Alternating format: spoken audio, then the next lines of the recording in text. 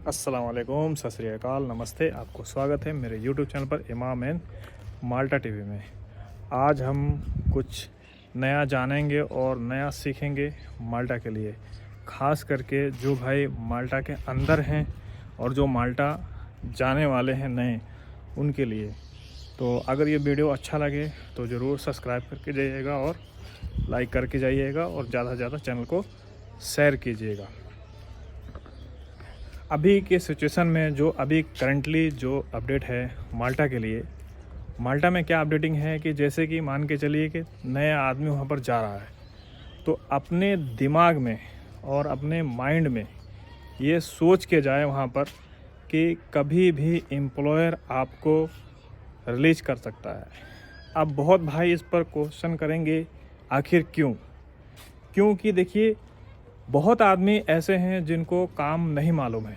जैसे कि बोलते हैं भाई मैं क्लीनर में चला जाऊंगा, मैं हेल्पर में चला जाऊंगा। जैसे कि कोई बोल देता है कि यार कंस्ट्रक्शन में ज़्यादा अवेलेबल है, मेरा कंस्ट्रक्शन में ही अप्लाई कर दो, मैं कंस्ट्रक्शन में ही काम कर लूँगा। ठीक है, वहाँ जाने के बाद जब देखते हैं कि कोई हेवी वर्क है वो मेरे से नहीं हो सकता है, तो वो क्या करते हैं एम्प्लॉयर, जब देखते हैं कि ये हमारे काम का आदमी नहीं है तो मैं इन्हें क्यों पे करूँगा ज़्यादा पैसे। ठीक है, तो इस वजह से रिलीज़ कर देते हैं। जब एक बार आदमी रिलीज़ कर देता है, चाहे कोई भी एम्प्लॉयर हो माल्टा में, चाहे कोई भी एम्प्लॉयर हो, जब एक बार रिलीज़ कर देगा आपको, तो आपके पास सिर्फ 10 दिन टाइम होता है कंपनी चेंज करने के लिए।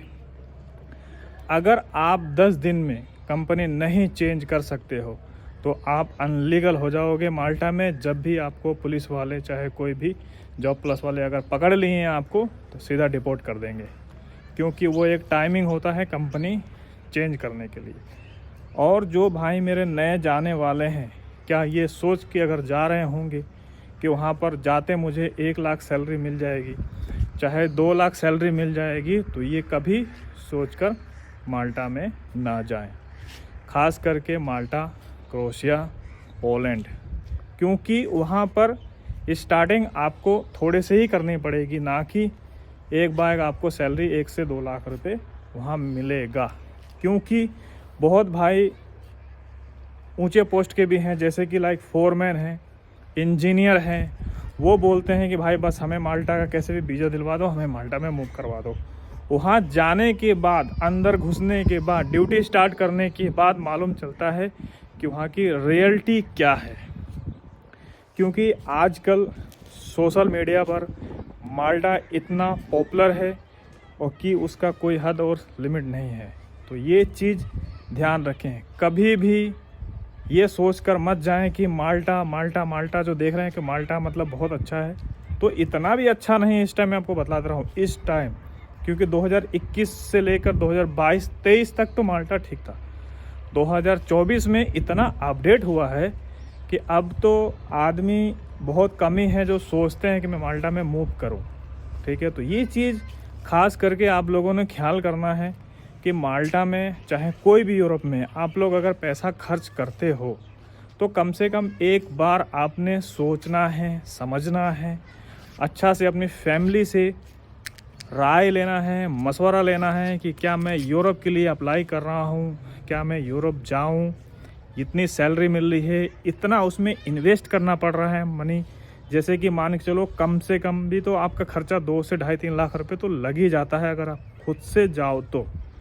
अगर किसी के थ्रू अप्लाई कर रहे हो तो वो डिपेंड करता है सामने वाला आदमी क्या चार्ज कर रहा है आपको। जैसे कि 4 लाख भी लगता है, 5 लाख भी लेता है, और जो एजेंसियां हैं वो 10-10 लाख रुपए भी लेती हैं, 11-11 लाख लेती हैं, लेने वाले तो 12-12 लाख भी ले रहे हैं। वो डिपेंड आदमी के ऊपर करता है।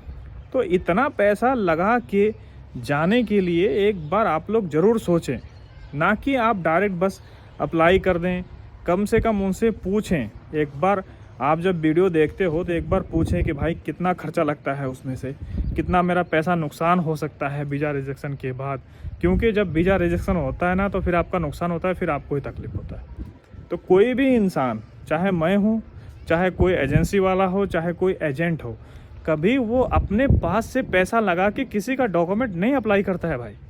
वो तो डॉक्यूमेंट का पैसा आपका ही जाएगा ना कि किसी और का जाएगा। जैसे कि एम्बेसी का फ़ीस, जैसे एम्बेसी का फ़ीस हो गया, अपॉइंटमेंट का फ़ीस हो गया, नोटरी का हो गया, वर्क परमिट का हो गया, और भी ऐसे ही फ़ोटोकॉपी करते करते यूरो में जब खर्चा होता है ना, तो यूरो के हिसाब से ज़्यादा पैसे खर्च हो जाते हैं। जैसे कि इंडियन मनी से अगर हम लोग खर्चा करें तो कम पैसे में भी हो सकता है। तो यूरो, क्योंकि आप मान लो हाँ से आदमी जब डॉक्यूमेंट रेडी कर रहा है तो जाहिर सी बात है वो यूरो में जाता है, तो यूरो में ज़्यादा पैसे चले जाते हैं, तो इस वजह से पैसा नुकसान ज़्यादा होता है। तो ये चीज़ आप लोग खास करके ख्याल करें, क्योंकि जो चीज़ हमने, एक मान के चलिए कि हमने एम्बेसी को पैसा पे कर दिया, खुदा ना खासा रिजेक्शन आ गया, तो क्या आप एम्बेसी वाले से बोल सकते हो भाई मेरा पैसा रिफंड कर दो? नहीं बोल सकते ना। तो वैसे ही सेम है, जैसे कि अपॉइंटमेंट बुक कर लिया आपने, अपॉइंटमेंट बुक करने के बाद आप जाओ मत जाओ, उनको तो पैसा मिल गया, वो तो आपकी मर्जी है।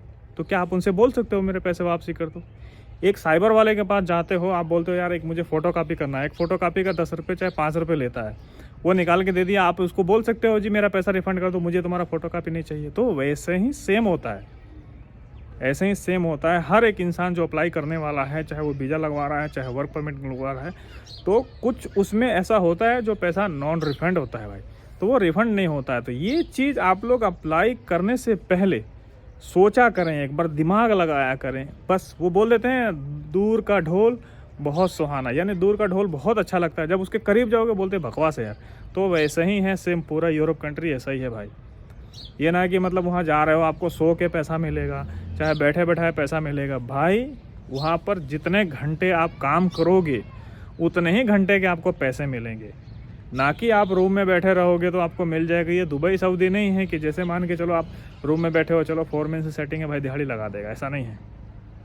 वहाँ पर एक लिमिट बनाई गई है कि आप इतने महीने काम करने के बाद वो भी आपका सिक लीव पास होगा। सिक लीव तो आप समझते होंगे ना, जैसे डॉक्टरी एक पेपर हो गया। अगर आप बीमार हो, आप हॉस्पिटल में गए, तो आपको डॉक्टर 1 दिन का चाहे 2 दिन का सिक लीव लिखता है, तो उसमें एक लिमिट बनाया गया है। ये नहीं कि जैसे आपने ड्यूटी पर चढ़े उसी टाइम बीमार हो गए, जी सिक लीव है मेरा पास हो जाएगा, तो नहीं पास होगा। ये ध्यान रखें। कंट्री के अंदर जाने के बाद ऐसा नहीं है कि दुबई सऊदी की तरह नहीं है कि हमें टैक्स नहीं पे करना है, सोशल सिक्योरिटी नहीं पे करना है, बस सूखा सूखी जितना कमाए उतना सैलरी मेरे हाथ में आ गया, ऐसा नहीं है भाई। कोई भी यूरोप में आप जाओ, आपको सोशल सिक्योरिटी पे करना है, इनकम टैक्स पे करना है, ठीक है। तो ये ज़रूरी आपको पे करना ही करना है। सोशल सिक्योरिटी का मतलब क्या हो गया कि आप जैसे कि आप दुबई सऊदी जाते हो तो आपका मेडिकल होता है ना, एक मेडिकल की जैसे मान लो बीमार हो गए, हॉस्पिटल गए, तो आपका 20% लगता है। तो वहाँ पर ऐसे सोशल सिक्योरिटी है माल्टा में। तो सोशल सिक्योरिटी का मतलब है वहाँ पर एक मातरदे हॉस्पिटल है, एक ही है पूरे माल्टा में, मातरदे हॉस्पिटल है जो आपके इलाज करती है। आप लाइन में लगोगे 5 घंटे, तब आपका नंबर आएगा, फिर उसके बाद आपका इलाज होगा और फ्री इलाज होगा। सोशल सिक्योरिटी उसी का हम लोग पे करते हैं हर महीना। और इनकम टैक्स का मतलब ये हो गया कि आप कितनी सैलरी वहाँ से कमा रहे हो माल्टा के अंदर से, तो उसका आपका इनकम टैक्स आपको पे करना है गवर्नमेंट को। और अगर आपने नहीं पे किया 1 महीना 2 महीना, फिर आपको वो नोटिस भेजेंगे, उसका रिप्लाई नहीं किया आपने, तो आपको कभी भी आपकी आईडी कैंसिल कर देंगे और पकड़े जाने पर सीधा डिपोर्ट कर देंगे। ये वहाँ का रूल्स है, आपने उसको फॉलो करना ही करना है। अगर ये चीज़ आप फॉलो नहीं कर सकते हो तो माल्टा जाना, चाहे क्रोएशिया चाहे पोलैंड, आपका जाना बेकार है।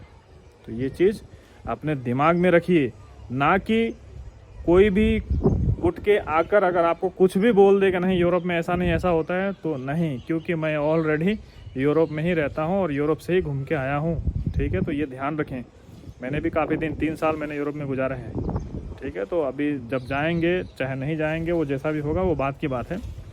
तो इस चीज़ पर आप लोग ख्याल करें, ठीक है। अगर गल्फ़ में, एक मिसाल दे रहा हूँ, जैसे गल्फ़ में कोई इंसान है अगर 1 लाख रुपए सैलरी कमा रहा है, तो भाई यूरोप जाने के लिए आप मत सोचें।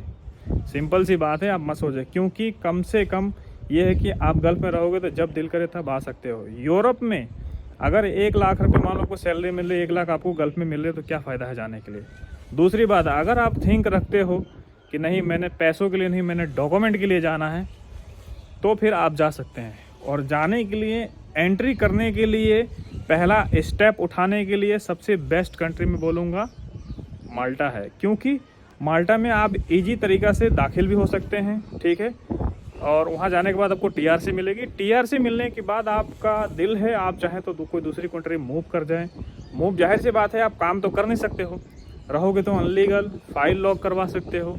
तो ये चीज़ है, इसमें कुछ डॉक्यूमेंट बनाने के लिए है, तो कुछ प्रोसेसिंग होता है, उसको हमें क्रॉस करना पड़ता है। तो ये चीज़ में बहुत टाइम लगता है और समय लगता है, तो इसमें ध्यान रखें। कभी कभी ऐसा भी होता है, तकलीफ़ भी होता है, तो इस तकलीफ़ों से भी आप लोगों को बाहर निकलना पड़ेगा। क्योंकि मैं जब आता हूँ कैमरे पर तो मैं जो रियलिटी होता है ना वो ही बतलाता हूँ। और फिलहाल अभी तो क्रिसमस वहाँ पर स्टार्ट है, अब समझिए कि 10 से 15 दिन का छुट्टियां वहाँ पर चल रही हैं, ठीक है ना। जनवरी 1 से हमारा काम धड़ाधड़ स्टार्ट होगा, ठीक है। अभी मैंने तो फाइल सबमिट करा है, वीज़ा लगेगा, मैं अपडेट करूँगा। पोलैंड के लिए, माल्टा के लिए मेरे पास वैकेंसी अवेलेबल है। कोई आदमी इंटरेस्ट है तो मेरे इंस्टाग्राम पर जाके डायरेक्ट कॉल करें, मुझे फॉलो करें और मुझे डायरेक्ट कॉल करें, ना कि कोई मैसेज करें। अगर आपको कोई दूसरी टॉपिक पर वीडियो बनवाना है, चाहे कुछ पूछना है, तो वो कमेंट करें, मुझे कमेंट करेंगे, मैं कमेंट पढ़ के उसको वीडियो उसी के ऊपर मैं बना दूंगा। फिर से दोहरा रहा हूँ, डिस्क्रिप्शन में अपना मैं लिंक दे दूंगा, चाहे मैं आईडी लिख दूंगा, imam.7090 ये मेरा आईडी है इंस्टाग्राम की। आप इस पर कोई भी प्रॉब्लम है, अगर मुझसे कुछ भी पूछना चाहते हो तो मुझे डायरेक्ट कॉल करें, ठीक है। कॉल करें और नहीं तो मैसेज करें कि इमाम भाई इमरजेंसी है, मैं आपको बैक कॉल कर लूँगा। यही सिस्टम रखा हूँ। व्हाट्सएप पर मैं रिप्लाई बिल्कुल नहीं करूँगा, क्योंकि व्हाट्सएप पर भाई मैं बहुत परेशान होगा, मेरा कुछ पर्सनल भी काम है, तो इस वजह से मैं व्हाट्सएप पर बिल्कुल रिप्लाई नहीं करूँगा। आप लोगों को मेरे से बात करना है, मेरे इंस्टाग्राम पर आएँ, उस पर फॉलो करें, फॉलो करके मुझे डायरेक्ट कॉल करें। मैं कॉल करने के लिए बोल रहा हूँ, ये नहीं कि आप कॉल ना करें, फॉलो सिर्फ फॉलो, मुझे कोई ज़रूरत नहीं है। आप बात कर लें, बाद में अनफॉलो भी कर दें, मुझे उससे कोई मतलब नहीं है। तो ये चीज़ है, अगर आपको कोई प्रॉब्लम है, कोई ज़्यादा प्रॉब्लम है, तो आप मुझे फॉलो करके डायरेक्ट कॉल कर लें, मैं कॉल उठा लूँगा। फिर आपका ना दिल करे तो आप अनफॉलो भी कर सकते हैं, मुझे कोई उससे कोई प्रॉब्लम की बात नहीं है, ठीक है। आज ये बतलाना था, फिर नेक्स्ट डे कोई नया लेके आऊँगा वीडियो में। आप वीडियो का इंतजार करें, अगर वीडियो अच्छा लगे तो लाइक करें, सब्सक्राइब करो और ज़्यादा से ज़्यादा वीडियो को भाई शेयर करें, ठीक है। चलें, इतना ही, दुआओं में याद रखें। आपका भाई इमाम हुसैन, अल्लाह हाफिज़।